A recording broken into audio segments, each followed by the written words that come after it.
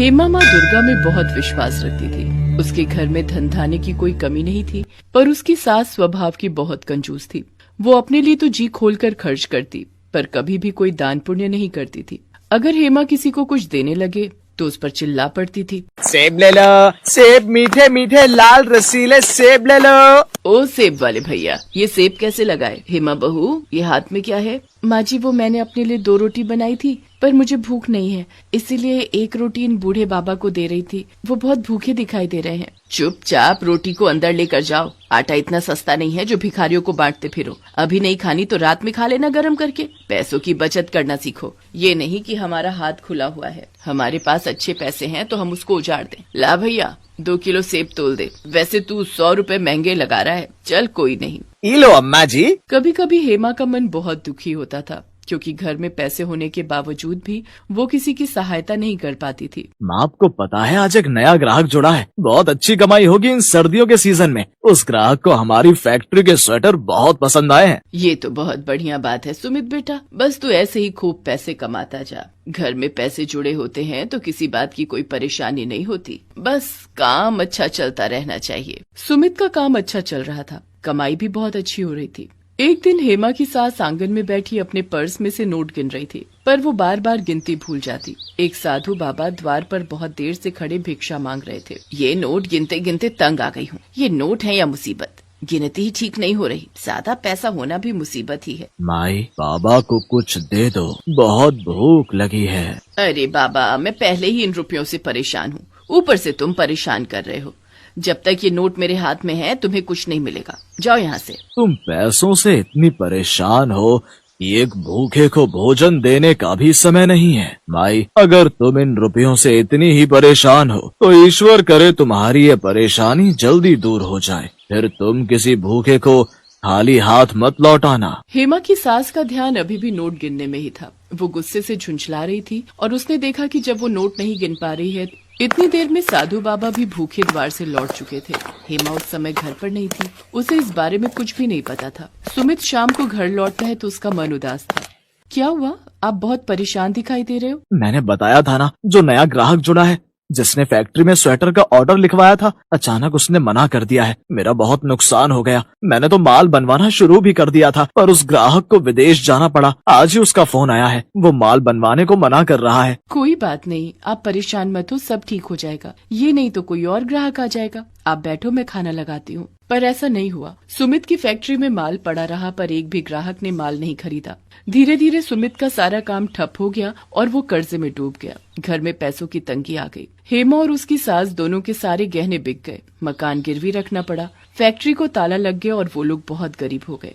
एक दिन हेमा घर के बाहर झाड़ू लगा रही थी, तभी वही साधु बाबा फिर से आए। क्या हुआ? आज भी मैं यहाँ से भूखा जाऊंगा? हेमा की सास देखती है ये तो वही बाबा हैं जो कुछ दिन पहले उसके घर से भूखे गए थे। हेमा की सास की आंखों में आंसू आ जाते हैं। नहीं बाबा, ऐसी बात नहीं है। पहले मेरे घर में रुपया पैसा सब कुछ था। मैं तब भी आपको भूखे पेट भेज रही थी। आज मेरे घर में अन्न का दाना नहीं है, इसलिए मैं आज भी आपको द्वार से भूखा भेजने पर मजबूर हूँ। मुझे माफ करना बाबा। अब हम पहले जैसे धनवान नहीं रहे, हम बहुत गरीब हो गए हैं। रुकिए बाबा, ये रोटी और चटनी आप खा लो। बेटी, तुमने मुझे अपने हिस्से का भोजन दे दिया और तुम भूखी रहोगी? बाबा, मैं भूखी कहाँ हूँ। मैंने माँ दुर्गा का नाम लेकर उनके प्रसाद की मिश्री खा ली। मेरा तो उसी से पेट भर गया। जीती रहो बेटी, तुम माँ दुर्गा की सच्ची भक्त हो। घर में ये परेशानियाँ इसीलिए आई हैं क्योंकि तुम्हारे घर से कभी भी किसी गरीब और बेसहारा को दान पुण्य नहीं हुआ था। तुम माँ दुर्गा के नवरात्रि व्रत धारण करो। माँ दुर्गा से भूल के लिए क्षमा मांगो। भूखों को भोजन खिलाओ, प्यासे को पानी पिलाओ। देखना, तुम्हारे घर की स्थिति पहले जैसी खुशहाल हो जाएगी। ठीक है बाबा, मैं माँ दुर्गा के नाम के नवरात्रि व्रत अवश्य रखूंगी। और फिर साधु बाबा के कहने पर हेमा ने विधि पूर्वक सच्चे मन से माँ दुर्गा के नवरात्रि व्रत रखने शुरू किए। वो माँ दुर्गा के नाम की जोत जगाती थी। घर में उनका कीर्तन और भजन करती थी, जिसमें उसकी सास और पति सुमित भी साथ देते थे। हेमा ने अभी 3 व्रत ही समाप्त किए थे कि सुमित खुशी से घर लौट कर आता है। माँ जानती हो, मुझे स्वेटर और टी शर्ट का एक बहुत बड़ा ऑर्डर मिला है। दिसंबर तक मुझे ऑर्डर तैयार करना है। बहुत जल्दी जल्दी काम करना होगा। कस्टमर ने मुझे माल बनाने के एडवांस में रुपए भी दे दिए हैं। तू सच कह रहा है बेटा। हेमा बहू, ये सब तेरे द्वारा रखे गए माँ दुर्गा के नाम के नवरात्रि व्रत और पूजा का ही प्रभाव है, जो आज सुमित को इतना बड़ा ऑर्डर मिला है। जय माँ दुर्गा। और माँ दुर्गा के आशीर्वाद से हेमा के परिवार की खुशियाँ फिर से लौट आती हैं। सुमित का काम फिर से ठीक हो जाता है। अब हेमा की सास भी दान पुण्य करने के लिए मना नहीं करती थी, बल्कि खुद अपने हाथों से गरीबों को दान देती थी। हेमा के परिवार की आर्थिक स्थिति अब बहुत अच्छी हो गई थी, इसलिए वो नियम अनुसार नवरात्रि पर्व आने पर रामनवमी के दिन दुर्गा मंदिर में भंडारा करवाने लगी। कुछ समय बाद माँ दुर्गा की कृपा से हेमा के घर 2 बच्चों का जन्म हुआ।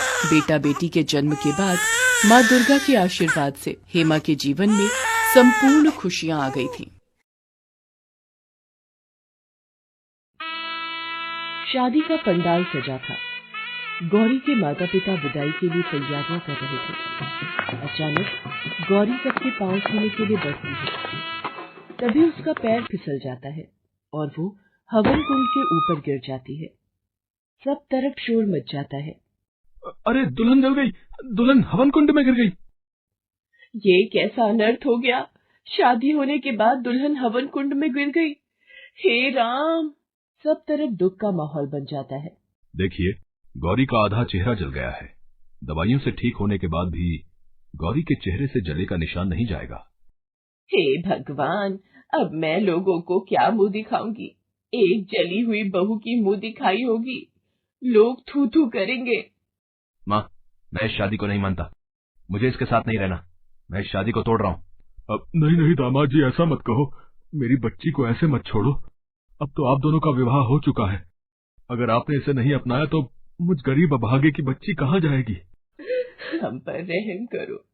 ये सब जो भी हुआ है, इसमें हमारी बच्ची का कोई दोष नहीं। सुमित्रा जी, आप ही सूरज बेटे को समझाइए ना। सूरज बेटा, अब अगर हम इसे यहाँ छोड़ जाएंगे तो हमारे गांव के लोग हमें ही गलत समझ लेंगे। उन्हें दिखाने के लिए इसे साथ ले जाना ही सही रहेगा। बेमन से गौरी की सास और पति उसे विदा कर ले जाते हैं। गौरी की मुश्किलों के दिन शुरू हो जाते हैं। वो रोजाना ही अपने पति और सास के ताने सुनती थी। क्या बात है, आज कुछ खाना पीना नहीं बनाना? जी वो माँ जी, मैं इनके लिए शरबत बना रही थी। मैं अभी आपकी थाली लगा देती हूँ। जैसी जली सी सूरत है, वैसी ही जली रोटियां बनाई है। और हाँ, जल्दी जल्दी ये कपड़े और बर्तन का काम निपटा ले। गेहूं की बोरियां आंगन में रखी हैं। सारी गेहूं धोकर सुखाकर बिनकर ड्रम में भरनी है। दोपहर तक ये काम खत्म हो जाना चाहिए। मैं पड़ोस में होकर आती हूँ। गौरी चुपचाप सारे अत्याचार सहन कर रही थी। सूरज के मन में गौरी के लिए बहुत नफरत थी। वो उसे एक आंख भी पसंद नहीं करता था। धीरे धीरे गौरी की शादी को 2 साल बीत जाते हैं। एक शाम, वर्षा दीदी, तुम अचानक बड़े दिनों बाद आना हुआ। एक शहर में रहती हो, फिर भी मिलने नहीं आती। अरे अब आ गई ना, ये ले, तुझे मिठाई खिलाने आई हूँ। पोता हुआ है बहू को, पोता। अब इतनी बड़ी खुशखबरी तुझे नहीं दूंगी तो कैसे काम चलेगा? बहू के तो अभी साल भर भी नहीं हुआ शादी को और खुशखबरी दे दी। एक हमारी बहू को देखो, सूरत और किस्मत दोनों ही खराब हैं इसकी तो। गौरी सास की बातें सुनकर फूट फूट कर रोने लगती है। वो अब हिम्मत हार चुकी थी। उसे उस गलती की सजा मिल रही थी जो उसने की ही नहीं थी। एक दोपहर घर पर कोई नहीं था। गौरी आंगन की सफाई कर रही थी, तभी बेटी, बाबा को भिक्षा मिलेगी, बहुत भूख लगी है। ये लीजिए बाबा। जीती रहो बेटी। माँ अम्बे तुम्हारी झोली खुशियों से भर दे। मुझे तुम्हारा आने वाला कल बहुत अच्छा दिखाई दे रहा है। ऐसा कुछ भी नहीं होगा। मुझे पता है बाबा, मैं अभागी नहीं रहूंगी। मेरे जीवन में खुशियां कभी दस्तक नहीं देंगी। गौरी साधु बाबा को अपनी सारी दुख भरी कहानी बताती है। बेटी, तुम दुखी मत हो। 2 दिन बाद नवदुर्गे व्रत प्रारंभ हो रहे हैं। तुम संसार के संपूर्ण दुखों का नाश करने वाली जगत जननी माँ दुर्गा के नवरात्रि व्रत की स्थापना करो। उनके व्रत और उद्यापन करो, कन्याओं को भोग लगाओ।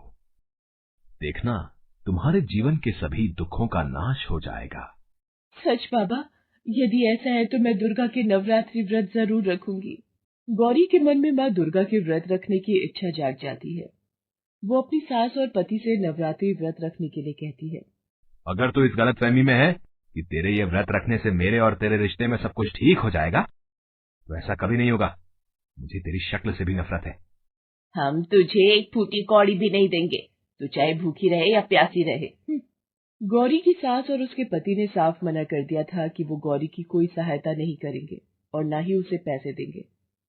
गौरी बहुत दुखी हो जाती है, पर उसे नवरात्रि व्रत रखने थे।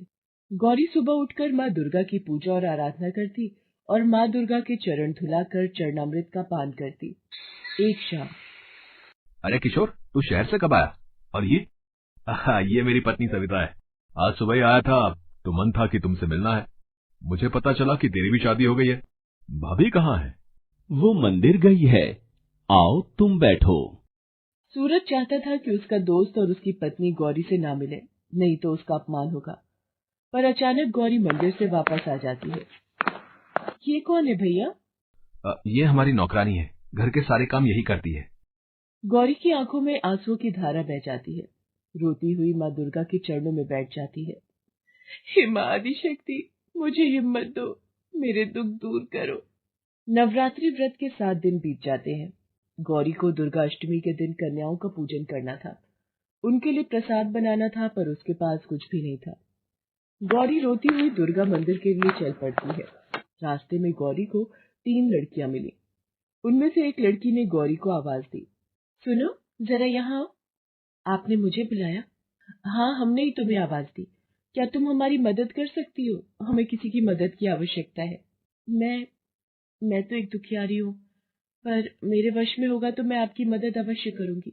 हमें कन्या पूजन और माँ दुर्गा के नाम का भंडारा करना है, पर हमारा हलवाई नहीं आया है। इतना भोजन हम अकेले नहीं बना पाएंगे। क्या तुम भंडारा बनाने में हमारी सहायता करोगी?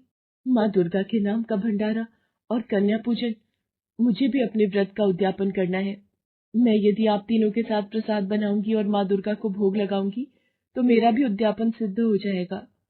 गौरी अपना सारा दुख भूलकर उन तीनों के साथ प्रसाद बनाने में व्यस्त हो जाती है।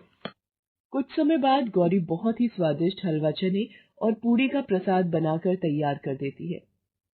गौरी, तुमने तो बहुत ही स्वादिष्ट प्रसाद तैयार किया है। एक काम करो, तुम बहुत थक गई हो, ये जल लो और इससे अपने मुंह हाथ धो लो। तब तक हम कन्याओं को भंडारे के लिए बुलाते हैं। आप तीनों बहुत प्यारी हो। आप तीनों कन्याओं के नाम क्या है? सरस्वती, लक्ष्मी, काली। आप तीनों तो लगता है माँ वैष्णवी के 3 अवतार हो। सब हमें यही कहते हैं कि हम तीनों देवी वैष्णवी के 3 स्वरूप हैं। देखो, कन्याएं भी आ गई हैं। तुम इन्हें अपने हाथों से भोग खिलाओ। गौरी कन्याओं को भोग खिलाने में व्यस्त हो जाती है। कुछ देर बाद एक छोटी सी कन्या गौरी से कहती है, दीदी, आप बहुत सुंदर हो। मुझे भी आपके जैसी बिंदी चाहिए जो आपने अपने माथे पर लगा रखी है। कौन सी बिंदी बेटा? और मैं तो बिल्कुल भी सुंदर नहीं हूँ। मेरे चेहरे पर तो निशान है। आपके चेहरे पर तो कोई निशान नहीं है दीदी। ऐसा कैसे हो सकता है? आ, मेरे मेरे चेहरे का निशान कहाँ गया? यहाँ पर तो जलने का निशान था। सरस्वती, लक्ष्मी, काली, आप तीनों कहाँ हो? जब मैं आपसे मिली थी आपने देखा था ना मेरे निशान को। अरे, ये तीनों कहाँ गई? दीदी, आपके साथ तो कोई भी नहीं था। हम जब यहाँ आए थे आपने ही हमें भोग खिलाया था। हम तो यहाँ से और जगह जा रहे थे, आपने ही तो हमें आवाज लगाई थी। गौरी देखती है जहाँ पर प्रसाद के पतीले रखे थे उन पर 3 फूल रखे हैं। गौरी को समझ आ जाता है कि साक्षात वैष्णवी के 3 रूप, देवी सरस्वती, देवी लक्ष्मी और देवी काली, गौरी की सहायता के लिए आई थी और उन्होंने यही 3 नाम बताए थे। गौरी बेहोश हो जाती है। इतनी देर में गौरी की सास और पति सूरज भी वहां पहुंच जाते हैं। डॉक्टर गौरी का चेकअप करती है। गौरी को होश आ जाता है। बधाई हो माता जी, आपकी बहू गर्भवती है, ये माँ बनने वाली है। क्या डॉक्टर, आप सच कह रही हैं? गौरी बहू माँ बनने वाली है? माँ जी, ये सब माँ दुर्गा के नवरात्रि का ही फल है। गौरी, तुम्हारे चेहरे से निशान कैसे गायब हो गया? ये सब 3 देवियों की शक्ति का चमत्कार है। गौरी सास और सूरज को सारी घटना बताती है। सूरज, 3 लड़कियां ही तो आई थीं जिन्होंने हमें बताया कि गौरी कन्या पूजन और भंडारे की व्यवस्था कर रही है, इसीलिए हम तुम्हारे पास पहुंचे। इसका मतलब माँ दुर्गा ने हमें भी दर्शन दिए। हे माँ दुर्गा, हमारे पापों को क्षमा करना। गौरी, हमें माफ कर दो, हम तुम्हारे जैसी देवी को नहीं पहचान पाए। औरत तो देवी का रूप होती है। मैं खुद एक औरत हूँ और मैंने तुम्हारे साथ बहुत गलत किया। मुझे माफ कर दो गौरी, मैंने तुम्हारा पति होकर भी तुम्हारे साथ इतना गलत व्यवहार किया। मैंने आप दोनों की किसी बात का बुरा नहीं माना। आप दोनों मेरे अपने हो। हे माँ शेरावाली, आपकी सदा ही जय हो। जैसे आपने मेरी झोली खुशियों से भर दी, वैसे संसार में सभी दुखियों की झोली खुशियों से भर दो माँ। मेरी यही प्रार्थना है।